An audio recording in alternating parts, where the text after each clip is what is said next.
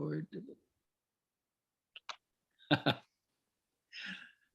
So I see Genevieve is in the waiting room.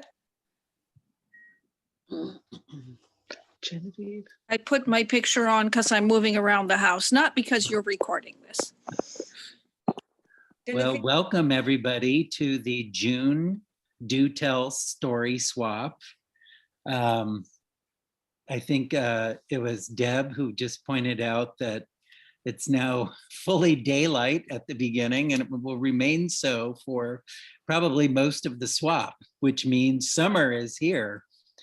And we've had Memorial Day, which is the unofficial beginning of summer. So welcome.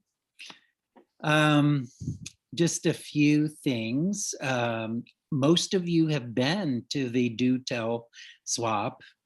There will be a chance to introduce ourselves at the break, which will be approximately halfway through. So at about 8 o'clock, maybe a little before, or maybe a little bit after, we will take a short break and we will get to introduce ourselves. Then we'll come back for some announcements and hopefully some more stories. There's not much in the way of housekeeping because you know where your bathroom is, you know where your refrigerator is. And I think the only thing that really needs attention is muting and unmuting, right? So if you are going to tell a story, be sure to let Katie know. You can put your name in the chat.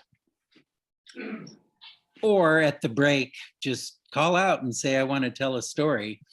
And then if you are telling a story, be sure to unmute yourself and then mute yourself when you are done. That helps the Zoom meeting run smoothly. So we are lucky we have a few signups already. And we're going to kick the evening off with a story by Evelyn. So let me find Evelyn, first of all. I'm right here. And there you are. I'm right here, and I'm going to go shut this door so we don't get noise, and then I'll be right back.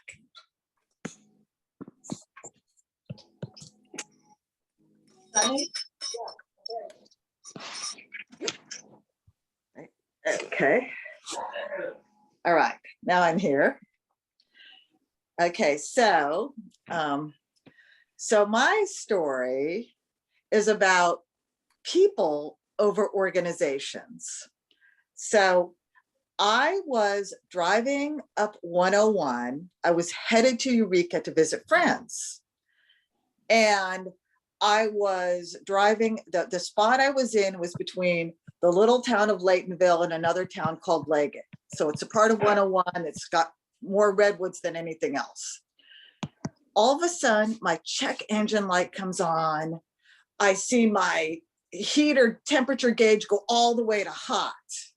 And I got to pull over, but it's really hard. This isn't a spot with a lot of, there's no shoulder on the road, but I finally find a little turnout and I pull over and I'm going, well, thank God, at least I have AAA.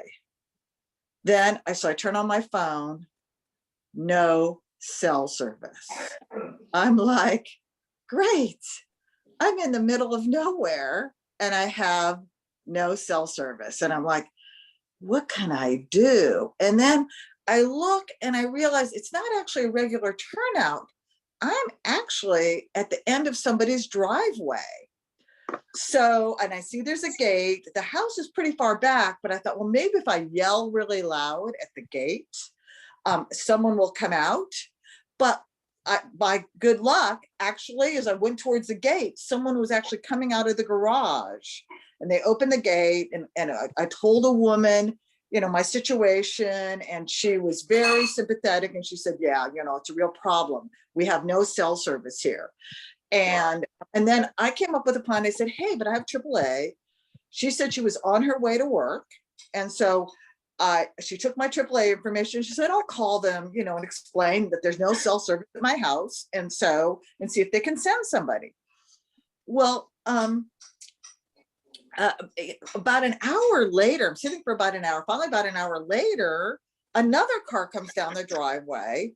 It turns out it's her dad. And what had happened was she had tried, but AAA said, oh no, it has to be the person. They wouldn't, and the fact that she had no cell service didn't have any impact. So but the dad came out and he had something called a cell phone signal booster in his car. And so I sat in his car and called AAA, and they were like, well, are you in immediate danger? And I made the mistake of saying no, because I was smart enough to get my car pretty far off the highway. I mean, and so they're like, well, it's a minimum of 2 hours, and so the father was very nice. He heard that too, because he's sitting right next to me. And he was sort of glad to have some company. So he told me the whole history of 101 and his house that was built in the 1800s and every single thing he had done on it. Mm-hmm. Then eventually his wife came out, and, they had to go shopping, and he felt for me because AAA still had not arrived.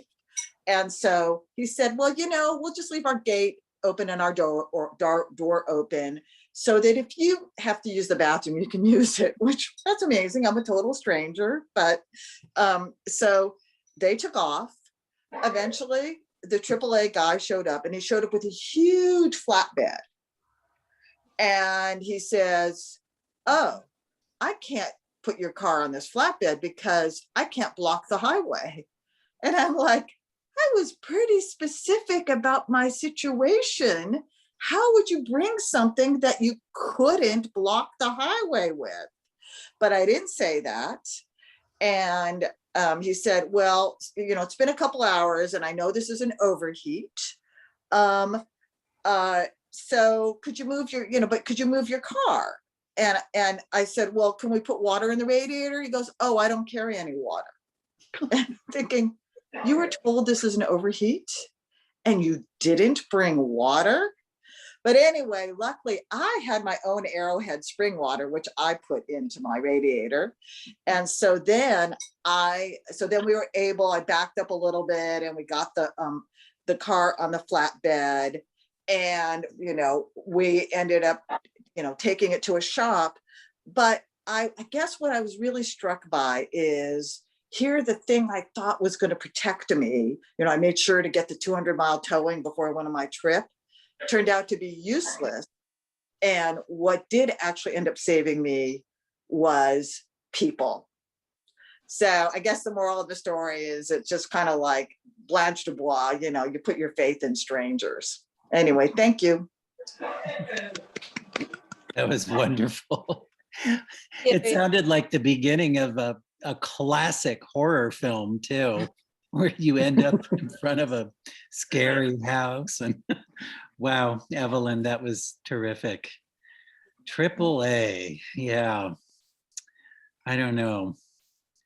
They have a lot of weird red tape and specific requirements, don't they? Right. It's pretty crazy. I thought, it was just a miracle that I had. Anyway, whatever. Yes. Yeah. So thanks. Well, thank you for that story, Evelyn. Yeah. And so next up on our list, we have Vicky. So I see you right here.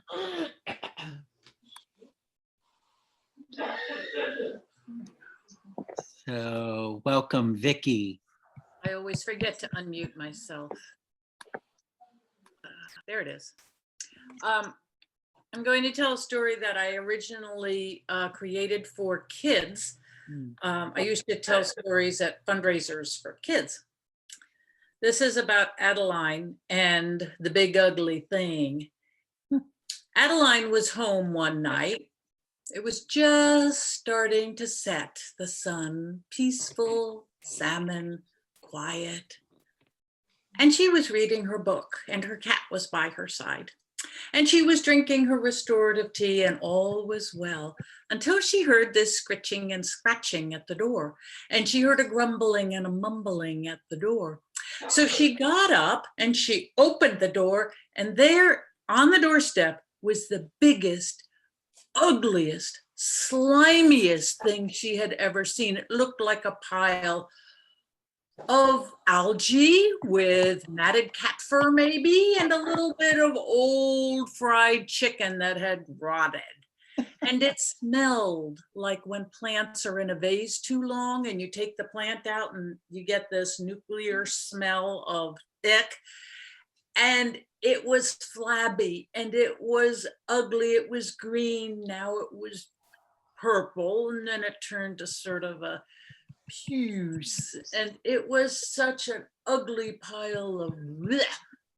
And all of a sudden it opened big globe eyes at her. And it said, Adelaide McNutley at 34 Maple, am I not correct? And she said, well, yes. He said, what are you doing here? And against her normal polite self, she said, you are the biggest, ugliest thing I've ever seen. And that made it very happy. And it said, oh, what? Yeah, I'm really ugly. Yeah. Oh boy, am I ugly. And I smell bad too. And I'm yours. Mm-hmm. So I'm going to come in. And with that, he pushed right into the house. Well, of course, Adelaide was not too happy about this. And she waved her finger at him and said, you really need to go. You're disgusting. Well, I am, aren't I? Yeah, I am. I really smell terrible and I look worse. Adelaide didn't know what to do. So she said, you know what? Oh, Mr. Ms. or whatever you are, big ugly thing. You know, you left your satchel at the front door. Ooh, shouldn't you go get it before somebody steals it?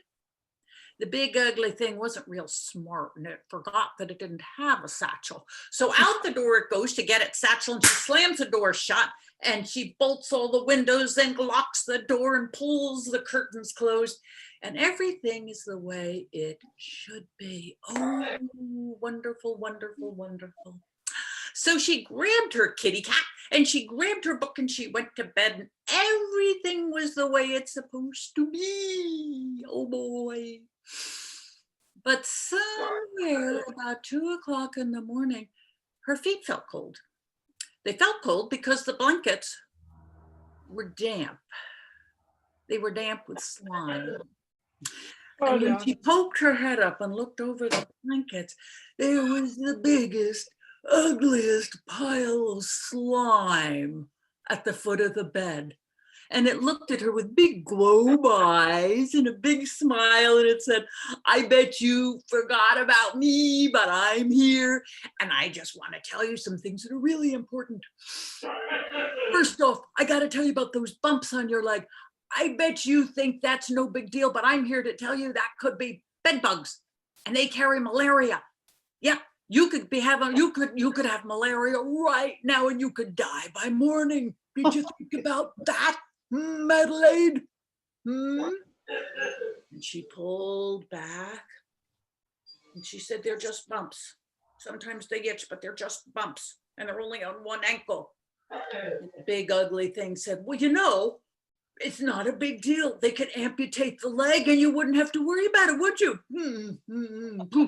But what about that noise you kept hearing? You know what that is? That is water dripping every time it rains down your door, and there's probably dry rot. You know who loves dry rot? Termites. Your house is gonna fall down and you won't have any place to live. But you could go down to the shelter at the end of the street and you could probably get a bed there. They're very crowded, but maybe for a woman with only one leg, they'd find room. It started getting twitchy. That's probably not what that is. That's probably, oh, I can hear the jaws of the termite. And he started spitting. Not just drooling, spitting as he talked. He was very excited. Oh, this is awful. Then he brought up to her, I bet you forgot that last week was your aunt's birthday. After all she's done for you, what have you done for her? You forgot her birthday, didn't you? Ah, boy, are you an awful person. That pushed her right over the edge. She had forgotten her beloved aunt's birthday. It was too late to do anything. What is she going to do? Oh, don't worry about it. The whole family knows about it by now, I'm sure. And boy, are they talking about you. Yeah. Mm-hmm. So Adelaide pulled the covers back up. I can't see you, she said. And she inched an arm out and turned off the light and lay in the darkness. But sleep didn't come. And in the morning, of course, the big ugly thing was still there, smiling to beat the band. Oh boy, oh boy, oh boy. I'm gonna have breakfast with you. Then we're gonna go to the park together, you and me, because we're friends. Oh boy, we're gonna have such fun. So Adeline got out of bed very carefully and she made her oatmeal. And she looked at the big ugly thing sitting at the table with a spoon. And she said, not for you. And it said, that's fine. I'll just sit here and spit on your oatmeal. So she gave him her oatmeal and she made another bowl for herself. And they ate their oatmeal in silence. And she had her tea. And he had her tea.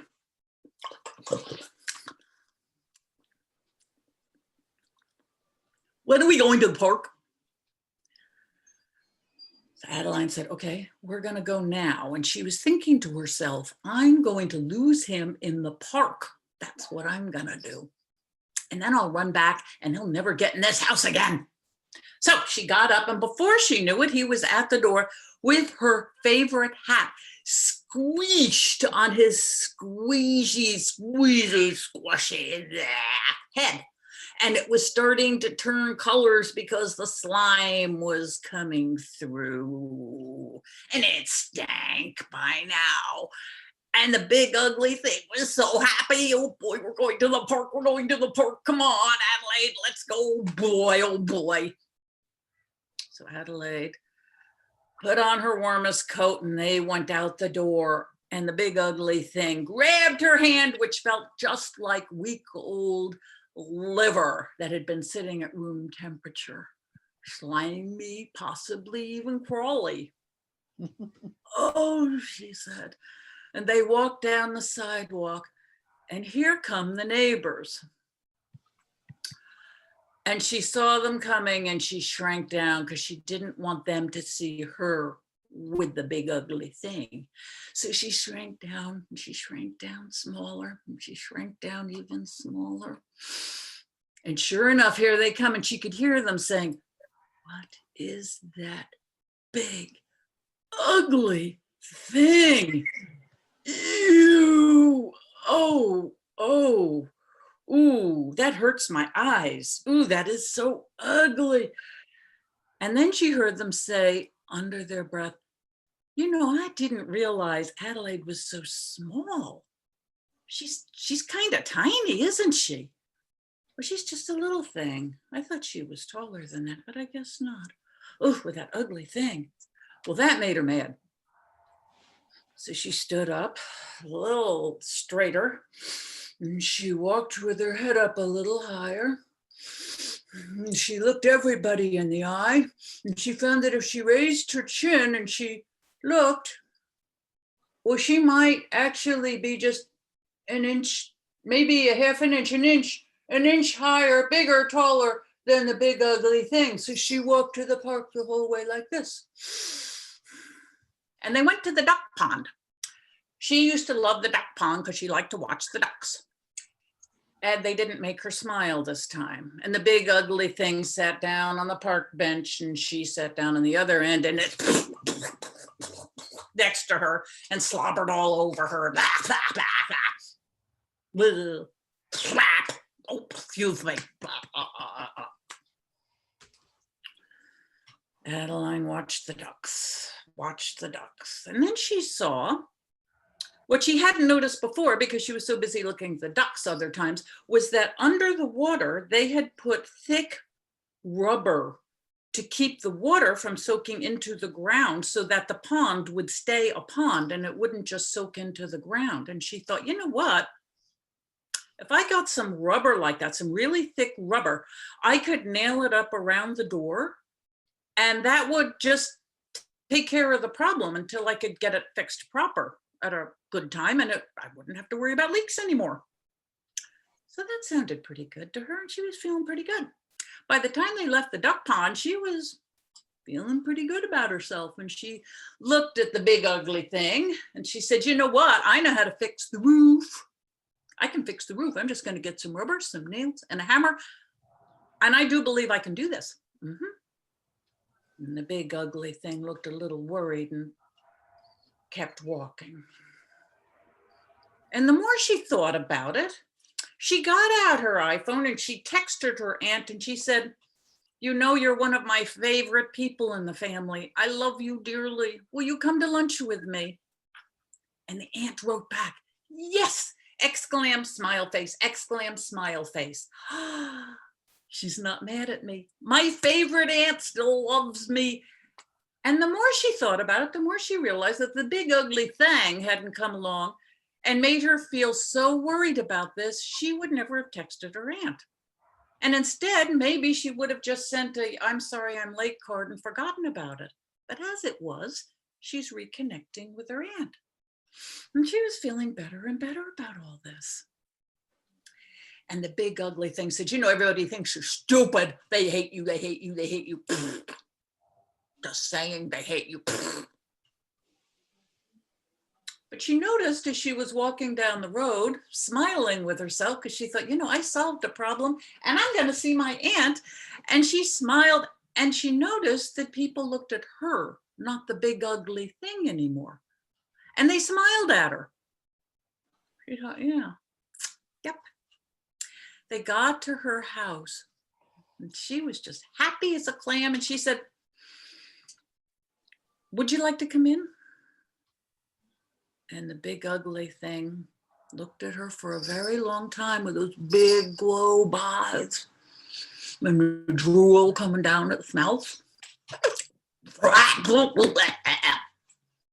it looked at her and it said, I don't think you're scared of me anymore, are you? And she said, nope. And it said, I don't think you think I'm horrible anymore, do you? And she said, nope. In fact, she said, I think, and she leaned real close to him and she said, I think you and I are friends now. And not only that, I think that hat looks really nice on you. You can have it. And the big ugly thing, which wasn't so big and so ugly anymore, just peeled out with laughter and hugged her and said, oh, thank you, thank you, thank you. Are you sure you won't miss your hat? And she said, nope, I'm going to get a new one. I'm going to get something bright and bold and fun. You keep that hat. Oh boy, it said, oh boy. Well, I'm going to go down the road here because I understand that Bob Williams is going to lose his job. And so I thought he'd like to see me, you know, at the foot of his bed, reminding him that he's going to die, maybe poor and old and whatever. So I've got work to do, but can I come back and visit you sometime? Adelaide had to think about this long and hard. And she said, yes, please do. And wear your hat. And I will wear my new hat. And we will have tea together. And you will tell me about all the things I should be ashamed of. And all the things I should be frightened of. And I'll tell you why I'm not ashamed. And why I'm not frightened. And we'll have a wonderful time together. Please do come back. And with that, the big ugly thing flopped down the road. Just the ugliest, stupidest looking thing you ever saw. It was so happy, happy, happy. And then he turned and all the neighbors were looking at it like, ooh, I don't see that. Make my eyes not see that anymore. But not Adeline. She looked it right in the eye and she smiled and waved. to her new friend. The end. Ooh, wow. Wow, Vicky, thank you so Ooh. much. I can just see as you described the big ugly thing, grumble, mumble, biggest ugly, every word the children would say, ew, ew, ew. A big buildup there. The difference is when you're telling kids you're a little distance apart, where I am right here, my computer screen's got little marks on it. So I need to. Yeah, I spray the kids in the front row normally when we're in person, of course. Well, thank you for that. And I think Brandon, yeah, could you help me out for a quick minute? I Sure. hate to interrupt. That was a great story, Vicky. Thank you. I am still co-hosting and I can't get rid of that screen. Do you know how to do that? which screen is it? It's participants, but when I try to, punch it, it doesn't do anything. Mhm. Got any So idea why? Can you On- unco-host me? Maybe that would help. just go to the bottom bar and click participants. And then the click bottom chat. bar. Yeah. Uh-huh. No, what bottom bar?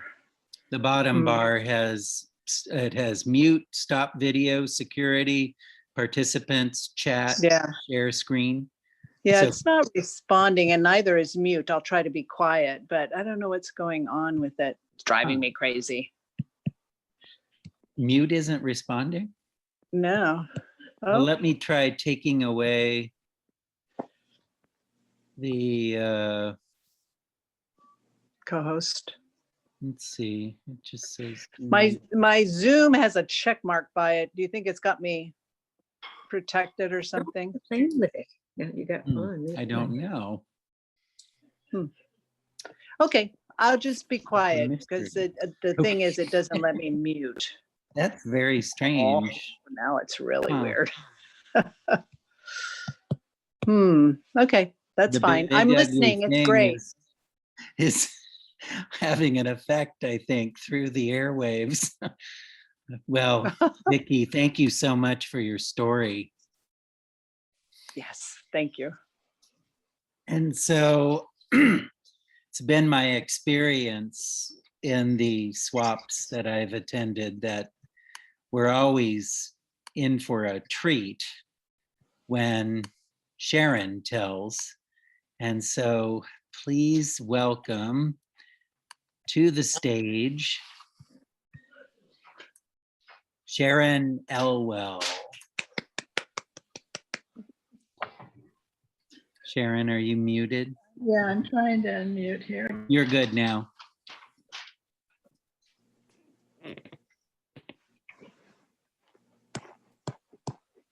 Okay, can you hear me? Yes. I don't want to follow Vicky. That was so dramatic. This is another one of the Just So stories, kind of reimagined. In the high and far off times when the world was new, all the animals were wild.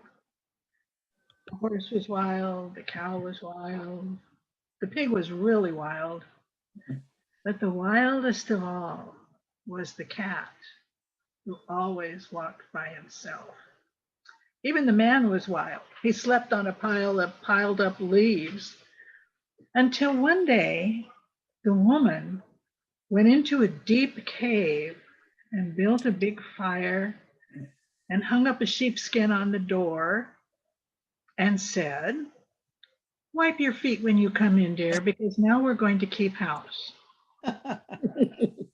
And then she went to the back of the cave and worked a magic. She took a big shank of mutton and she cooked it over the fire until it smelled most sentimental. And the dog smelled that fine smell, and he crept up to the door of the cave and he said, "My enemy and the wife of my enemy, what are you doing there?" And she tossed that bone over to the dog and she said, if you will go with my husband when he hunts, and if you will guard our cave at night, you can have all of these bones that you want. And the dog said, I'll take that deal. And then she worked a second magic. She gathered all of the sweet smelling grass that she could find. And the horse smelled that grass, and he crept up to the door of the cave and said, Enemy, wife of my enemy, what are you doing? And she said, if you will carry my husband when he goes to hunt, you can have all of this sweet smelling grass that you can eat. And the horse said, I'll take that deal. And the cow smelled that same grass. And the woman said to her, if you'll give us some of your warm milk, you can have all of the sweet grass that you want. And so the three became friends. And then the cat came up to the door and said, what about me? And the woman said, no, no, the dog is our friend, the horse is our servant, the cow is our servant. We don't need a cat for anything. So shoo. And the cat went away feeling most disappointed. But the tiny bat that lived high in the cave and heard and saw everything that went on there, one day went out into the great woods and found the cat. And he said, there's a baby in the cave, and the woman is very fond of it. And the cat said, well, what is the baby fond of? And the bat said, well, he likes to giggle and laugh, and he likes to play, and he likes to sleep with something soft and warm in his hand. And the cat said, my time has come.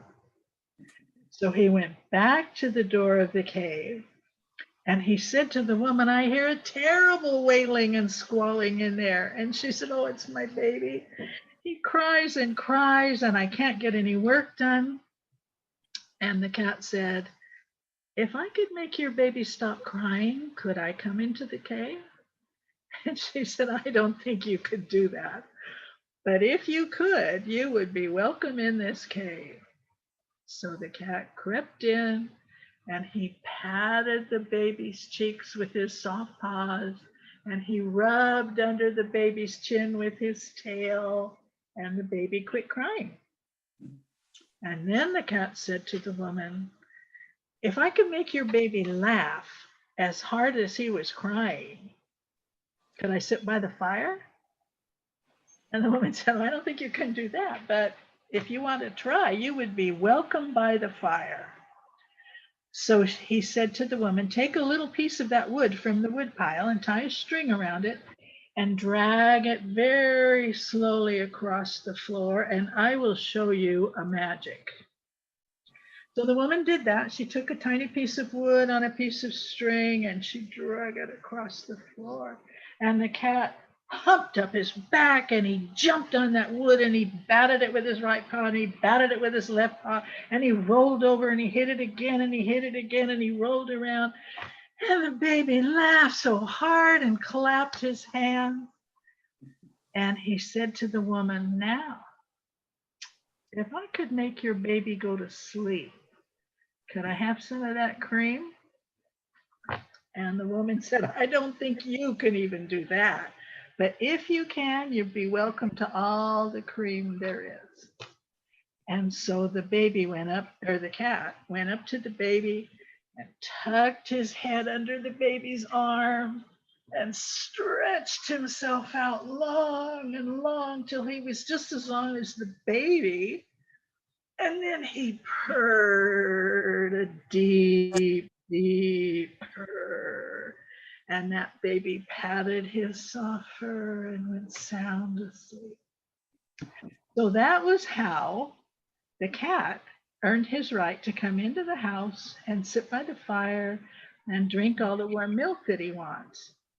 But at night, when everyone else is asleep, he slips out the door and into the wild woods, because he was then and is now and always will be the cat who walks by himself.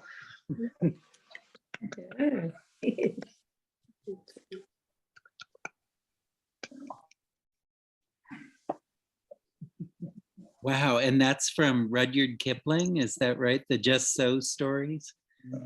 And kind of an adapted version, Sharon, or did you have to unmute yourself again?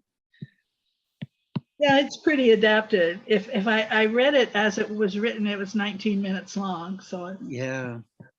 Oh, it's interesting. Cats are always getting kind of left out, you know, at the beginning, and then it's included. But the Chinese zodiac doesn't have a cat in it, and it was left out of the zodiac. And there's a story behind that too. It's kind do of, you know it? Do you know that story? no, I can't remember why it was. I'll have to find that, but I know that there is a story as to why it's not, why we don't have the year of the cat. You know, it seems obvious. We have dog and rat and everything else, but there's a reason there's no year of the cat. I'll look for that. I'll check Yeah, that. it'd be a nice pairing with this story, I think, because Yeah. I think there's an obvious connection. And of course, the way to a man's heart is through his stomach, and the way to a woman's heart, I guess, is through her child, her love for her child. It's nice. Thank you so much, Sharon. And we have one more teller signed up, and I think we ought to just go for it. And then during the break, we'll rustle up some more, right, Katie? Absolutely. I think we can rustle up some Oh, more. I'm sure. Well, actually, while we're here, will anybody who wants to tell, can you just put it into the chat? Mhm. We can keep that list going, but then we'll have Elisa tell her story. Yeah. So please welcome to the Do Tell stage, virtual stage, Alicia Mary Retis or Rates. And you're muted, so unmute yourself. There you go. Got it right the first time. Retis. Retis, beautiful. Yes. Thank you. Thank you, Alicia. Okay. This is a work in progress, and I've got a couple of storytelling gigs coming up. One with Tim Tingle and one with the Silicon Shakespeare folk tales from around the world. And I'm getting a host has specified you video for everyone. Unmute myself. Okay. Can you hear me? Mhm. Okay, cool.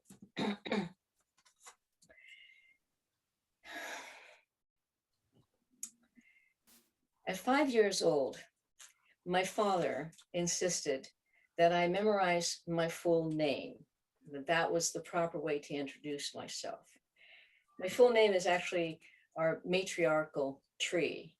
It's an oral tradition of 4 generations. So my real name is Alicia Mary Retes Johns Topete Smith Almada Wilson Ibeara Snow. This is to follow with a sus órdenes, at your service.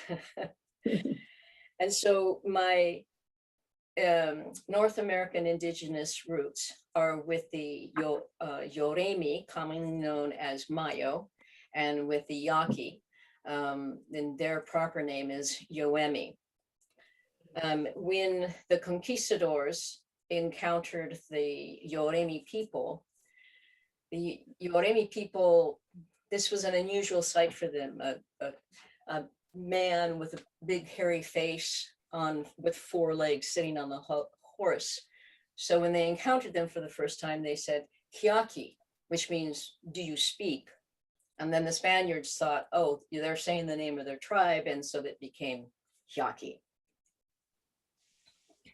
But it's actually Yoemi, which means the people who follow their ancestors. In the land of the Yoemi, the people would sit outside on a warm evening. They would see a shooting star, and an elder would say, "Recuerdos cuando? Do you remember when?" And so our story begins. Two young orphaned boys survived between the ancient indigenous tribal nations and the European Mexicans. They fished by the Yaqui River, but mostly they earned their living by being entertainers at many fiestas. Well, one day on their way, let me tell you a little bit more about the brothers. We have Anoki Ichi, who's the younger brother, and he's kind of handsome. He has a thin penciled mustache. He's charming in his own way, enterprising, but he's self-serving and devious. Now, his older brother, Baliichi, is strong-bodied and kind of an easygoing, trusting soul. They loved each other, and ever since their parents were killed in a village raid, they were inseparable. And so one day, on their way to a fiesta, they stopped to rest, and sitting in the shade, they would eat their fish tacos, and they saw a bear up in a tree right along the path. And so they waited for a bit, hoping that the bear would move along, but it did not.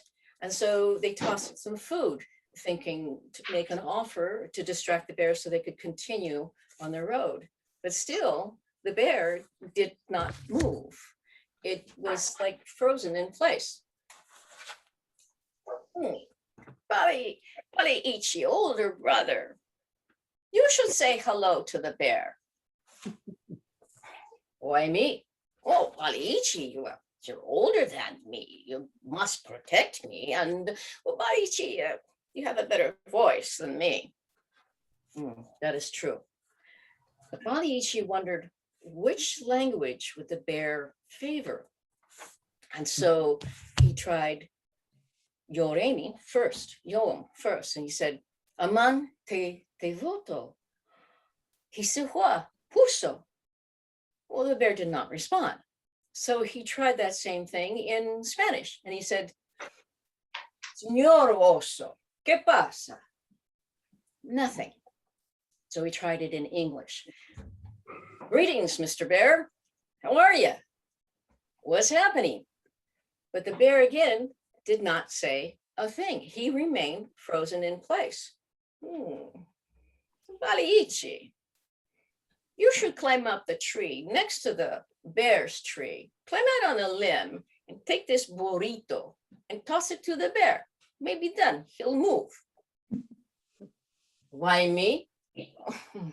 Well, the bear is blocking our passage, and what, you're older than me, and you must protect me.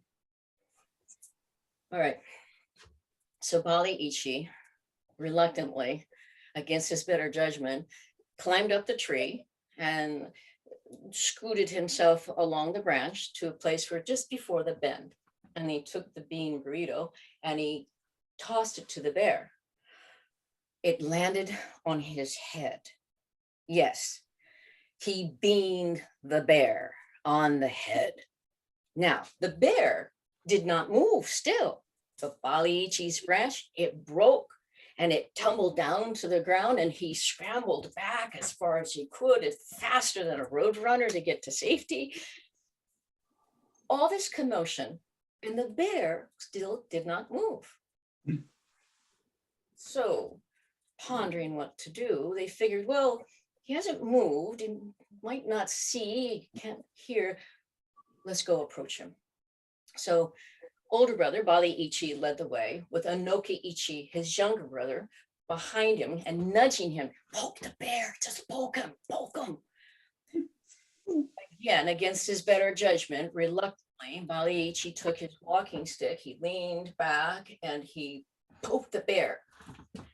The bear tumbled down to the ground, landing on his back, belly up, with his arms and legs stuck in a climbing position. Well, this is very strange, but obviously the bear must be dead.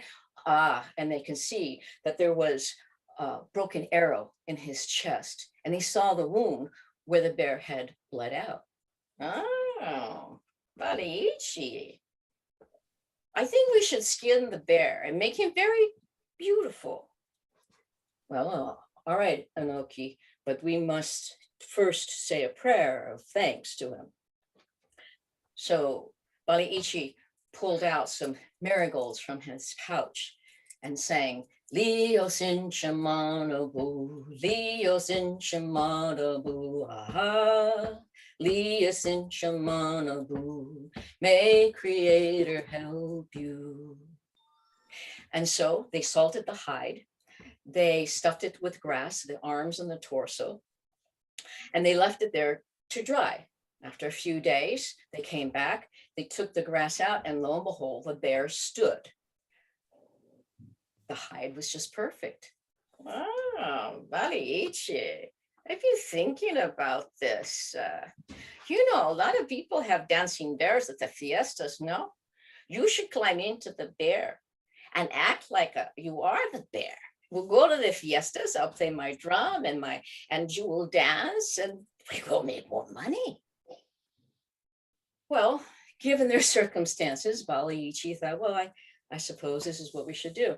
And so he got into the suit and he went down by the water so he could see his reflection, and he practiced his bear movements and things like that. And Nokiichi watched him, and sure enough, he looked like a real bear. So they went to the fiestas and they did quite well at all these little places. And then one day they went to a very wealthy landowner, El Patron, and his beautiful daughter, Marta. And so the bear danced, and Marta thought the bear was quite charming. And the owner, El Patron, said, he decided that he had to have that bear. He'd already thrown money to it and saw that it acted pretty well. And so he said to Anokiichi, the younger brother, how much do you want for this bear? I want him. And Anoki said, oh, well, I could not give you this bear. No, not. You see, I raised him since he was little. Why, this is how he earns me my living. And so I could not. Oh, yeah, I will give you a cart of gold and silver, and you can marry the most beautiful woman, Marta, my daughter. Oh, sir. If you should give me your whole house and 2 women, I could not. I hold my bear in high esteem.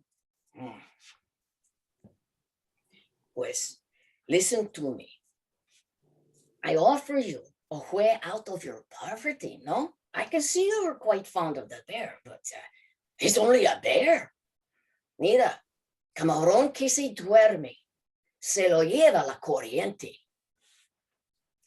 The fish that sleep are swept away by the current. In other words, you snooze, you lose. Oye, listen to me.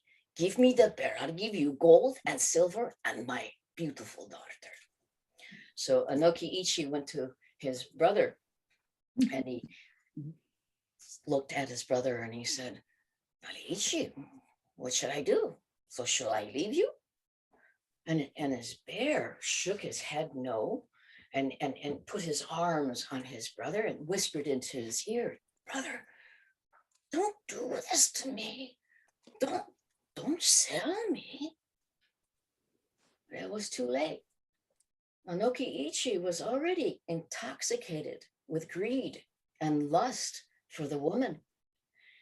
He turned away from his brother, took the money and the woman, and he sold poor Baliichi. Well, now, Baliichi couldn't do much about this because if he revealed himself, he was afraid that the owner, merciless owner, would shoot them both. So he had to go along with his terrible situation. So they put him in a corral. Now, in the corral, there was another bear in the ramada, resting. And the bear in there, he lifted his head up and he sniffed the air, and he very slowly got up and he lumbered over to the recently arrived bear. And he rose and he stood high with his arms up. But this bear too was deeply afraid because he was actually a man in disguise. Now the two bear men were like so frightened and afraid that they were reciting their prayers. And then when they got within hearing distance of each other, they heard voices and they said, "Oh, are you a man?" "Yes, I'm Fausto." "Oh, bueno, Fausto, well, then keep acting like we're bears so the owner doesn't kill us. Here, get down on all fours." So they got down on all fours and rolled around and tussled and everything. And the owner was quite satisfied. He was happy with his new bears, and the bears went over to rest. Well, day after day, they did this fighting and so forth. But one day, when the master, the patron, when he was resting in his hammock during the siesta hour, one of the bears said, I am so hot in this. I'm taking that bear head off." He took the bear head off and let his face out to get some fresh air. And the other bear did the same thing. And then the two bears commenced to have a peaceful smoke and chat. And Foster, the older bear, said, my friend betrayed me too. I'm all by myself and they're chatting like this. Well, the owner woke up. He saw the two chatting and all and discussing and everything. He said, just scoundrels. And he went for his rifle. "I will kill you both." Well, the two bears ran, climbed over the Carrizo fence, and they ran, and nobody could catch up with them, but they still kept running. And they came across a farm where a woman was hanging up her husband's clothes. And when she saw the bears with human heads running amok, she fainted. And the bears grabbed the men's clothing, saying, "Padrón, pardon, and gracias." And they kept running until they came to an arroyo, but it was heavy with bushes. And so they stuffed their clothes, these new clothes, into their bear suit. And they crawled on their belly under the brushes and all the woods and everything. And they finally came to a clearing, to the Yaqui River. They peeled out of their suits. They got into the water, bare bottom, free at last. And they laughed and they cried and they laughed. And then they rested on the dry shore. Well, shortly, a traveler wearing a black dress and a broad brim hat pulled up in a rickety old cart, pulled by a mule, and she pulled up to a place where it was flat.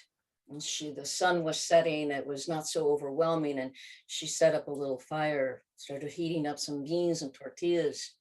And the men, seeing that it was a woman quickly dressed in their new clothes and motivated by hunger and curiosity, they came up to the woman and she offered them some food. And she saw the hides and she said, I see those bear hides. If you give me those, I'll give you some food. They'll keep me warm.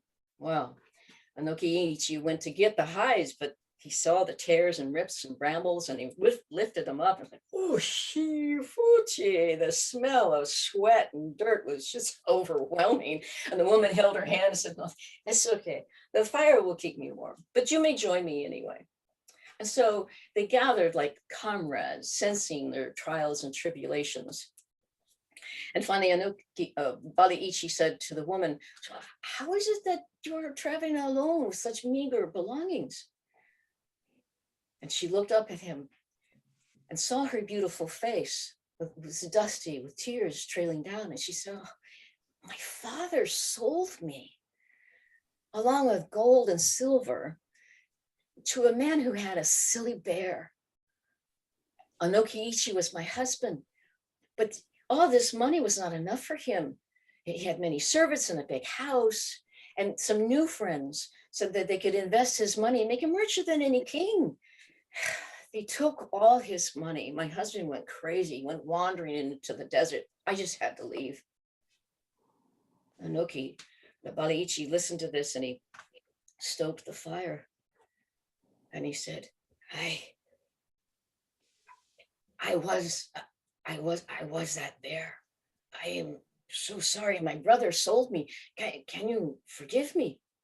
And she looked at him and, "Clearly you're not like your brother." And so, "Yes, I can." And then Foster was sitting there, the other bear. And he said, "Our families have fooled us, but here we are. How are we going to make a living now? I'm not going to wear those damn bear suits anymore. but you two could dance. I play the violin. We could go to the fiestas and make some money. And so they did.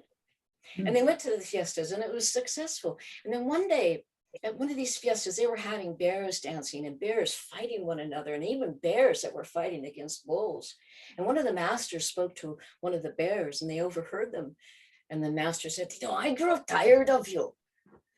Tomorrow, you're going to fight a bull. Fight, and you will either die or I will release you.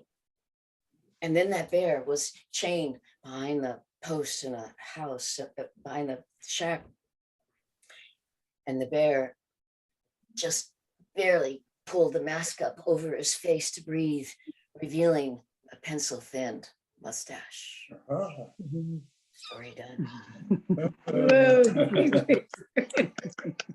Yay. That's very nice. Thank you. What was the time on that? Gosh, I wasn't timing. Yeah. Sorry, but we can check the recording. Oh, good. And, Okay. and Great. you'll be able to know exactly. Okay, thank you. That would be very helpful. Yeah, and you'll be able to go back and watch yourself too. Oh, So that because okay. they're posted on the SAC website within the week, certainly. They've there've been a few times where it's taken a little more, but you'll be able to watch your story too. So Oh, wow. Okay. Alisa, that was like an epic almost, it was really wonderful. And it Oh, has thank such a you. nice twist at the end. Yeah, thank you. So the beginning was all me. In the middle, the part where they find the bear, but they don't do all the things that I had them do. And the ending, all of that is something that I created Wow.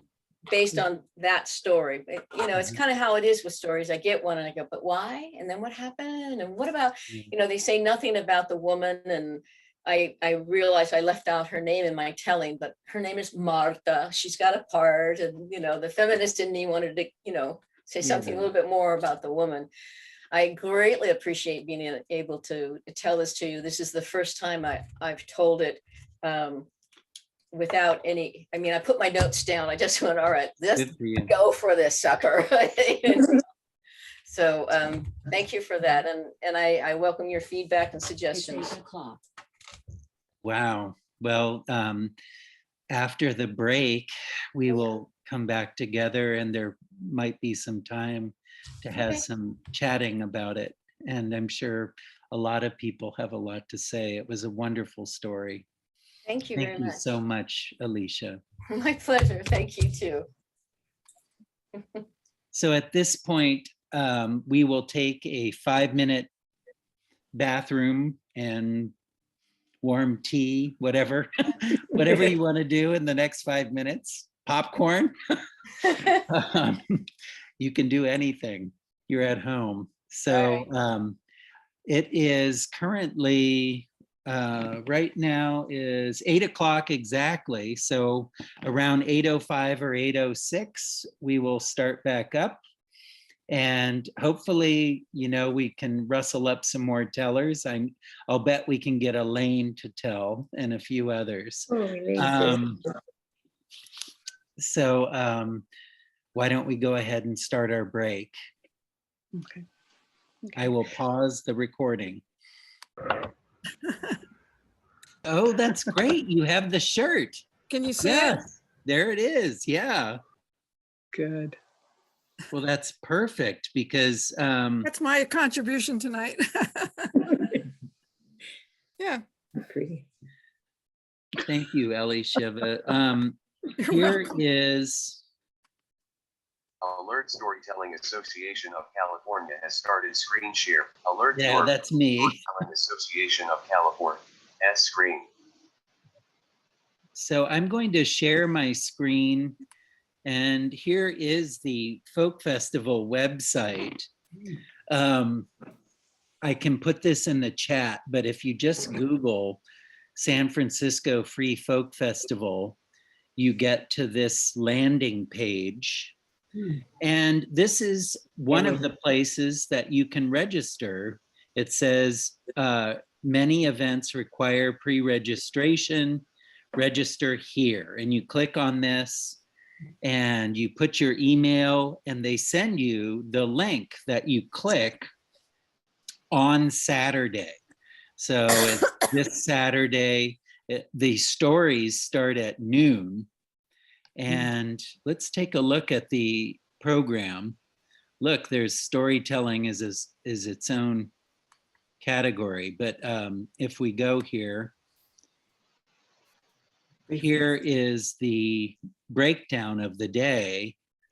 And there is a lot of music happening. And some of these people, I don't know enough about folk music, but I think there are some pretty well-known musicians tucked in here, along with a lot of very accomplished musicians and amateurs and all kinds of things.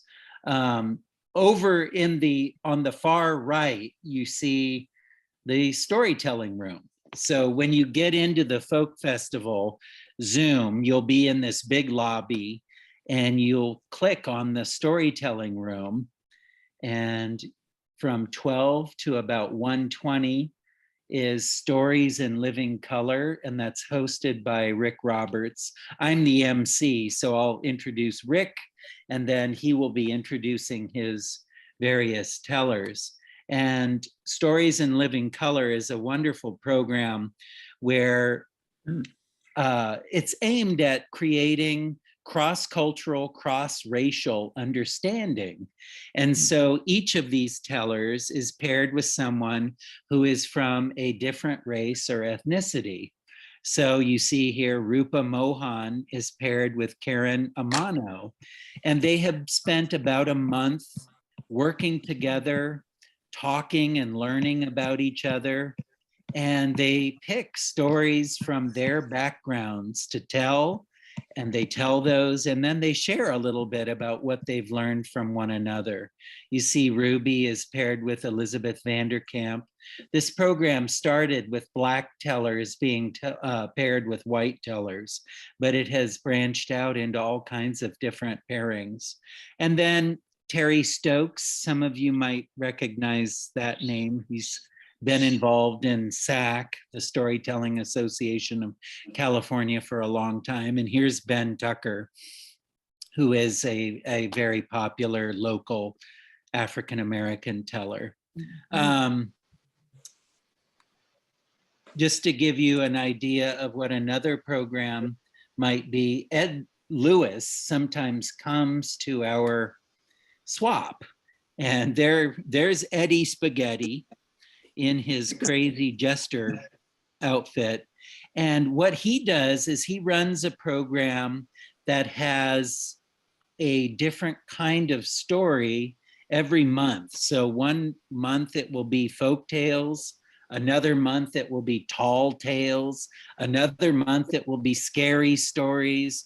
And so he's going to choose a teller from each of these different genres to give an example of those different genres. And he's got scary, tall tale, folk tale, fairy tale, personal story, and there might be, a myth or a legend. So that'll be fun too. And you can see all the different dimensions of storytelling all in one fell swoop, along with Eddie Spaghetti. I'm very excited about this event, the Southern California Showcase, which is from 3 to 4:20. And it's hosted by Marilyn McPhee and Tina Tomiana. I believe a lot of us in the Do Tell Swap recognize Marilyn's name.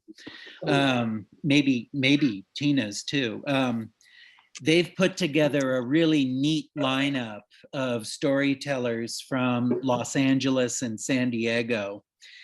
And we did this because SAC is, it represents the state of California, but so many of the board members are up in Northern California, and so many of the events are up in Northern California. this is reflective of a real effort to try to branch out and include and really develop our relationship with all these fabulous tellers down in LA and San Diego. And so this will be really, really neat. And they've got a really good lineup. Finally, we have tellers from the Jenny Fund at 4:30. And that's hosted by Rupa Mohan. This is a fund that SAC started in honor of a teacher whose first name was Jenny. She loved storytelling in the classroom. She tried to bring as many storytellers as she could. She told stories. She believed the best way to educate our youth is through stories. She was tragically killed in a car accident. And a fund was established under her name. And these are funds available to pay the storytellers to go to public schools who may or may not be able to afford a storyteller. And so basically the public schools get tellers for free and SAC pays the teller so that they aren't just expected to constantly give their talents without any compensation. And so it's a really, really nice program. Elaine, question? If I can interrupt, Jenny also served on the Bay Area Storytelling Festival Committee. Oh, and so you knew her. Yeah, she and I worked together actually a number of years. And it was a real shock when the car accident happened. I mean, she was like here today and gone tomorrow. Just And she was rather young, if I remember. Yeah. Yeah, it was very tragic. And so we are celebrating her life Great. and how her vision has continued. And this year there were several events, mostly with the San Jose Unified School District. And so some of those tellers are going to share what they did in the 5th grade classrooms that they attended. And of course, all of this is in memory and in honor of Jenny. So a lot of really, really good stuff. Yes, questions? Yeah. How do schools apply to get these tellers? Or do someone recommend them for a teller, or what do you do? Yeah, well, Rupa Mohan is the contact person, but there is something on the SAC website about contacting. Okay. And they will facilitate, they will find a teller so that if a teacher wants a teller who can tell Indian mythology, SAC will find that teller for that teacher and then pay that teller. Oh, that's great. How does the teller apply for that? The teller would just make himself or herself known to Rupa Mohan. Okay. And then, yeah, she's really vamping up this program too. Alicia, I could certainly see you fitting into this program beautifully. Absolutely.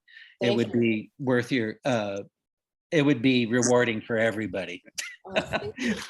It is what I do. And I do, I was working for the Museum of the American Indian until COVID came and it's closed. It might reopen, but everything's very much up in the air. And I do cater to the 3rd, 4th, 5th graders. I'll tell for any age. That's great. Very adaptable in that way, but in particular those grades, because they're all meeting their California state social standards for, for local Indians and for a broader range of Native folks too. Wonderful.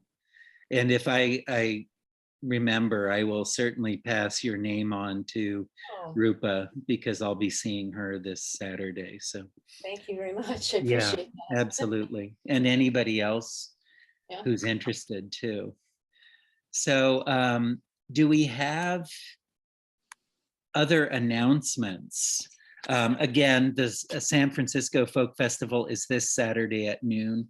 You do need to register. Just go to the website, click on here, and you're good to go. It should be fun. And you can go at any time and leave at any time. So it's very flexible.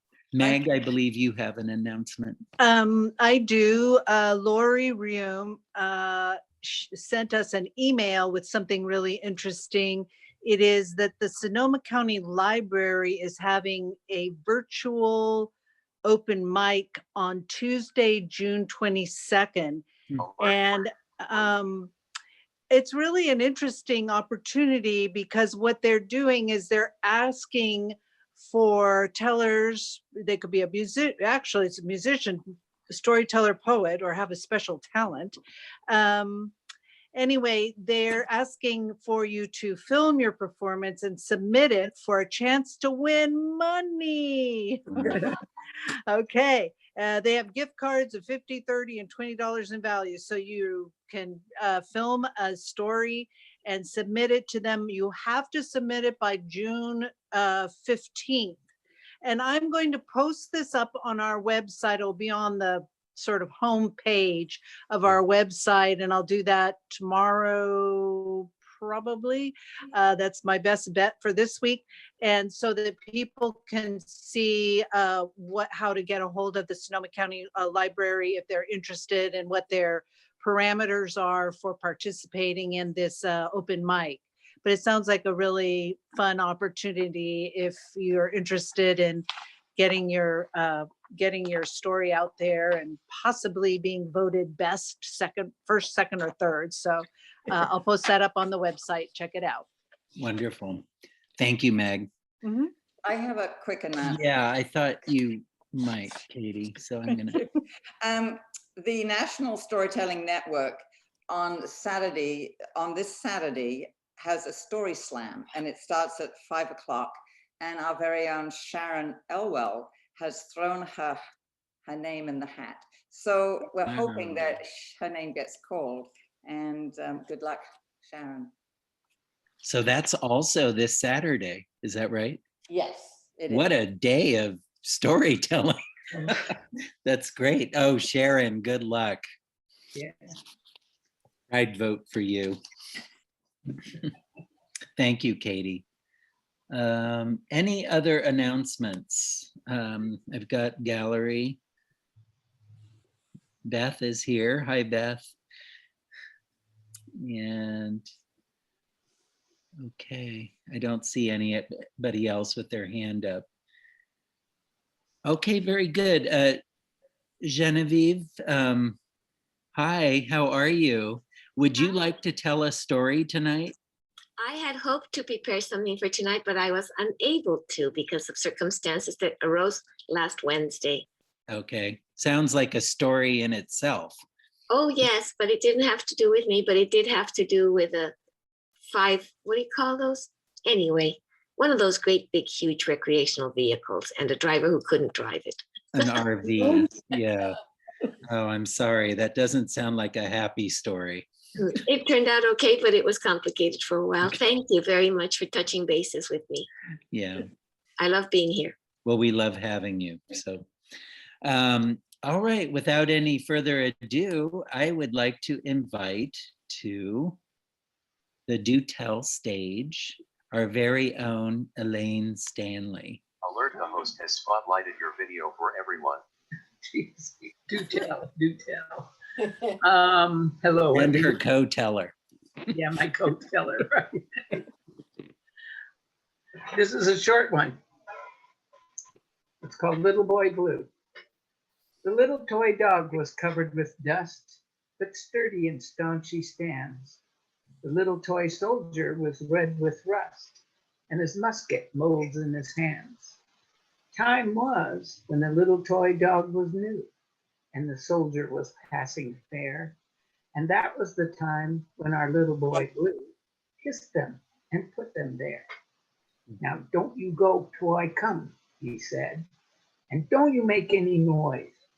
And toddling off to his trundle bed, he dreamed of the pretty toys. And while he was dreaming, an angel song awakened our little boy Blue. Oh, the years are long, the years are many, but the little toy friends are true. Aye, faithful to little boy Blue they stand, each in the same old place, awaiting the touch of a little hand and the smile of a little face. And as they are waiting these long years through in the dust of that little chair, they wonder what has become of their little boy Blue since he kissed them and put them there. Yeah.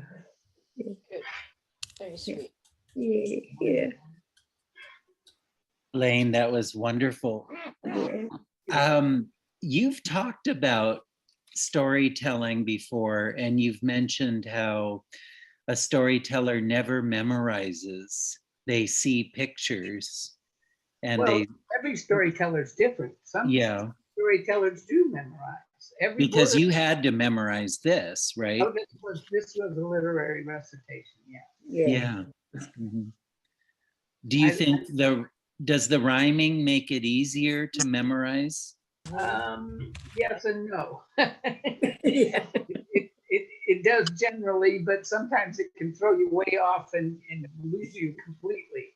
So Sure. it's really how well you know the piece. Yeah. Yeah. Well, you certainly know this one, and thank you for sharing that.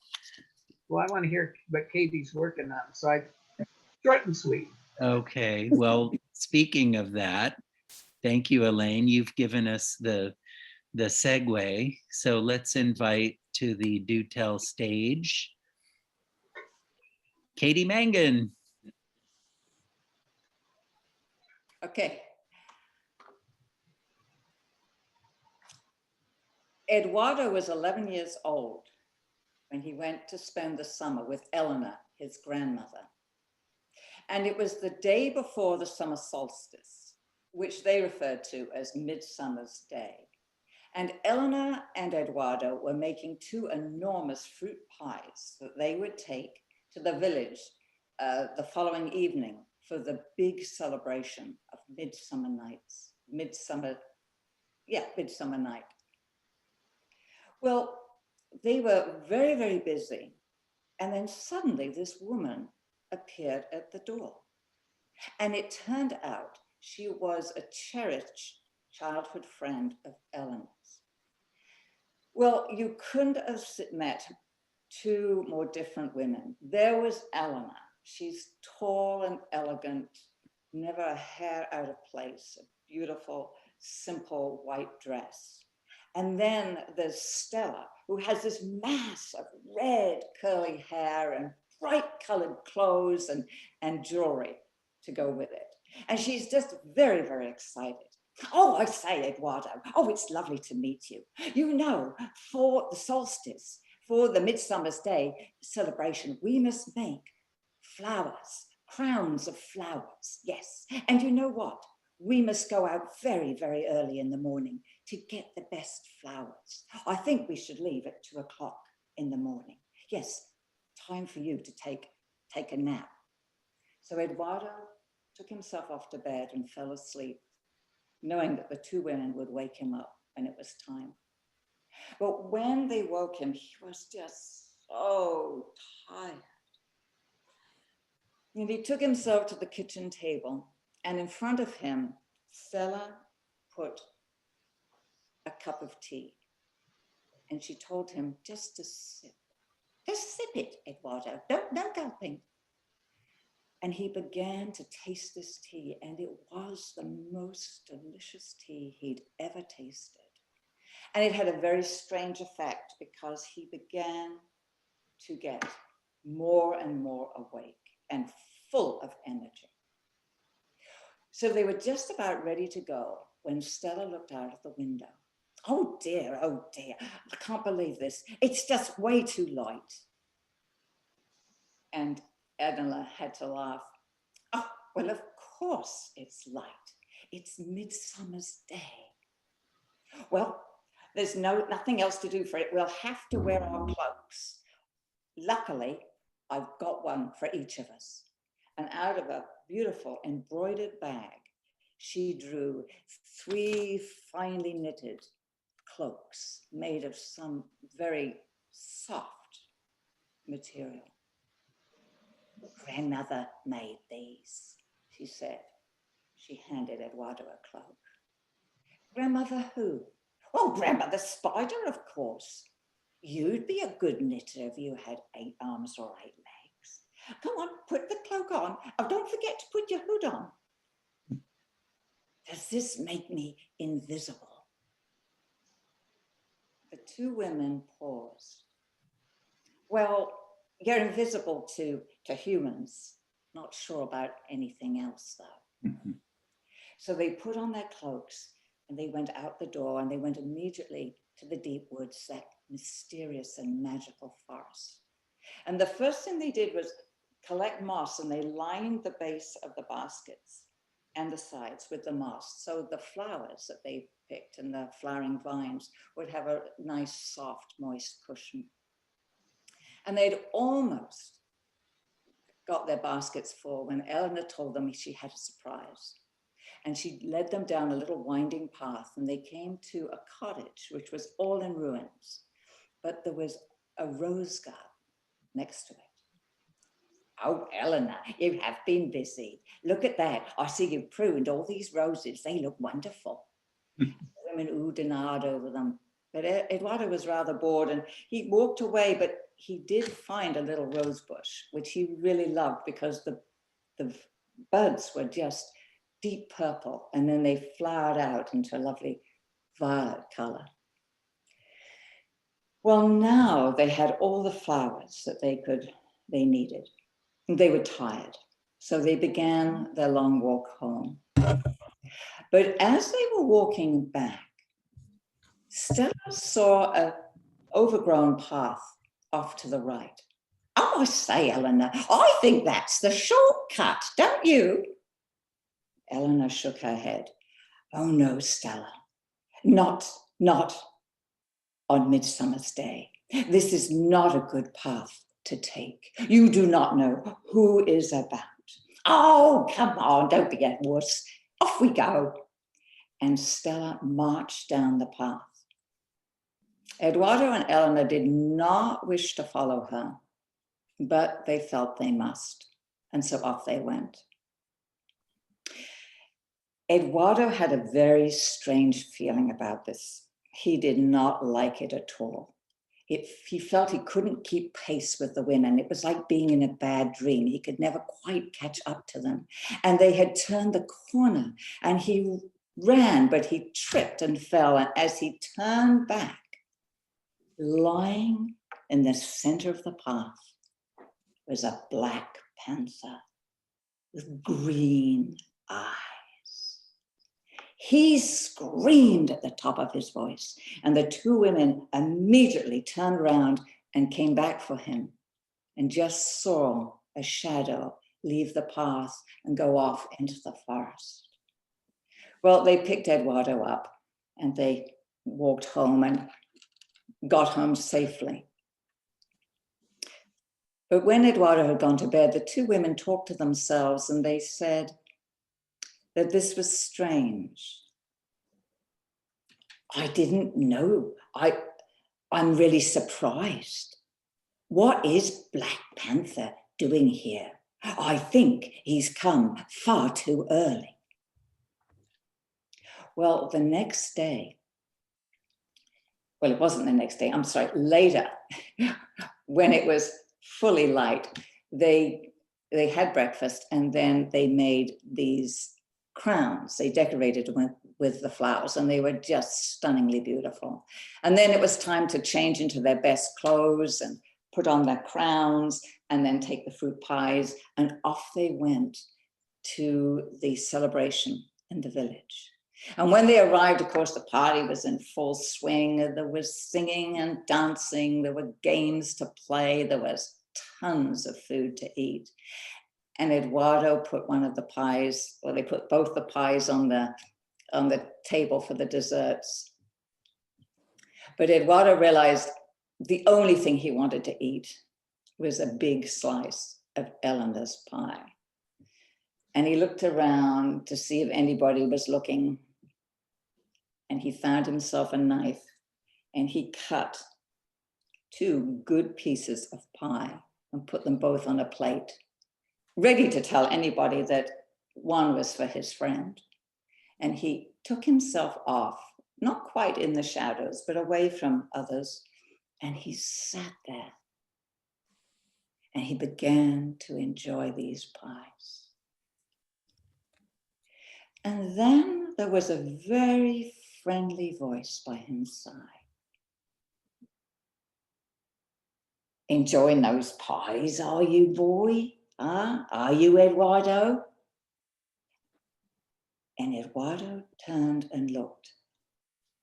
And lying beside him was the Black Panther. Strangely, Eduardo wasn't scared. Who are you? He asked. Oh, Eduardo, I shall be one of your teachers. I have a teacher. My teacher is my grandmother. Oh, teachers come in threes. Stella is your teacher. Stella isn't. Stella doesn't know anything about magic or mystery. Oh, what about the tea she gave you? What about those cloaks she lent you? Eduardo, I've come to meet you when you're young, but we shall meet again several years from now in the Emerald Forest. But until then, goodbye. It turned out to be the most magical midsummer's day and night that Eduardo had ever experienced. Blessings, abundance, and healing, and happy solstice to you all. Oh, wow. That's so fitting. I mean, the summer solstice is just around the corner. So, Katie, when you say you're working on something, that was very polished and beautiful. That was really wonderful. What a way to end our evening. Does anybody have another story? How could you follow that? Yeah. Katie always sends me off into my Sharon Noel dreams to everyone. Love your voices, Katie. with a great image, the shadow on the path being the Black Panther. Well, I think on Zoom, ending at 8:40 is quite acceptable. An hour and 40 minutes on Zoom is just about as much as anyone can handle anyway. But I'd like to thank everyone for coming to June Do Tell Story Swap. When next we meet, it will be the heart of summer, July. We didn't get to do our round or circle. I think we'll just let it go for this one.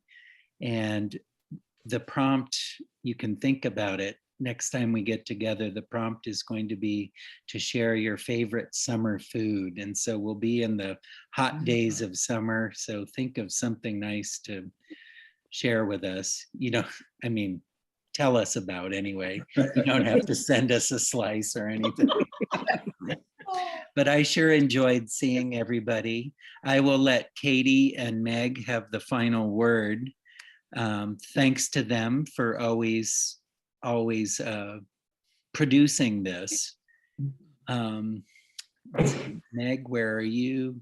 I'm right here, and I'm just saying I'm excited about this Saturday's festival down in San Francisco. We're going to be here at my own home, but I am going to be there listening, and I'm really excited. Everybody should register and go. It's going to be fun.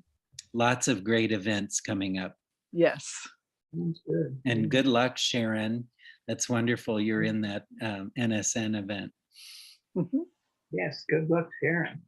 And thank you, Brandon, again for being our MC. Oh. And also thank you, Meg, who keeps the website up and running, and you alert us to everything. Deeply grateful, Meg. Oh, thank you. Couldn't do without you too, Katie. You're my like right-hand man. Thanks Woman, to all as our it is. tellers tonight. We had a really nice night of stories. Yes. We did. We did. And it was a treat to have Alicia. I really enjoyed her story and Yeah, want thanks to for hear coming. more, want to hear more. So Do you think we're going to be able to meet in person soon? hopefully, yes, we're looking forward to that. I'm hoping. Yeah, for those of you, it's the community center in Rohnert Park. Evelyn, what is the exact name of the place? Unmute. So it's our community building. The only thing is right now we're not having events in it. Mhm. And I had written Meg saying that September is probably the safest bet. But if it's sooner, I mean, I know things are opening up everywhere, but you know, they're being somewhat cautious at our park. So anyway, Yeah. And that's a good thing. Yeah. I think too, you know, we'll have a core committee meeting and we'll really get everything in place, Evelyn, and make sure that yeah, we're on the Sure. same page with Valley Village. So, you know, September or October would be a good one to shoot for. right, Well, Yeah. we have that to look forward to. right. Very good. And thank you for opening that up to us, Evelyn. Yep. All right, everybody. Go Good to see forth, everybody. enjoy your summers, and I will see you all in another month. Thank you for coming tonight. Thank you, Brandon. Thank you, everyone. So much. Very fun. Be well, everybody. Thanks, everybody. And Alert Bye, driver everybody. Elaine, Bye. those were great. left the meeting. Thank you. Alert Thank John you, Christian Brandon. has left the meeting. Thank you. Alert Elaine, Evelyn good to Cruz see you. has left the meeting. Yes, And always Alert good to Sharon see you. Elwell has left the meeting. Bye, Katie. Bye, thank you. You're Bye, welcome. Emily. Bye. Bye, Good to see Pat. you. Bye, Emily. Hi, it was fun. That was fun. Good to see you, Yeah. Pat. Yeah, nice to be here.